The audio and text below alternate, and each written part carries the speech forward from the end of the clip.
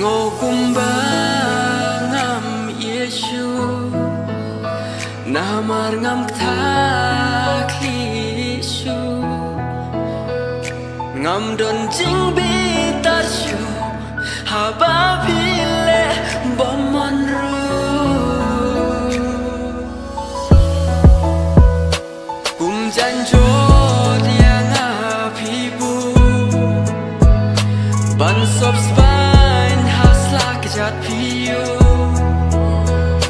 ngam don jing sngo ting shu la daya bi bangan du hin rengan sa tho jing ruai jing le ban jing kela jong pi sep ai lut ki to jing ruai ngat hu ban ruai hasni ya tho jong ni snow kum ha jing pho snew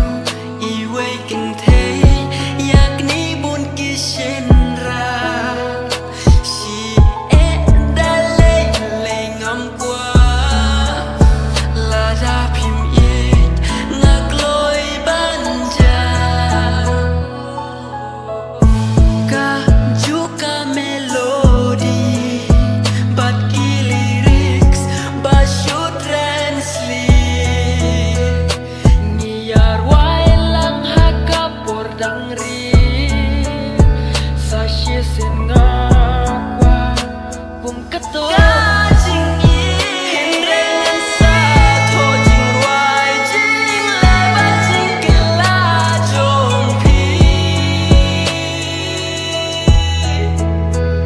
sep ai lut ki to jing ruai ngat hu ban ruai hasni ya tho jong ni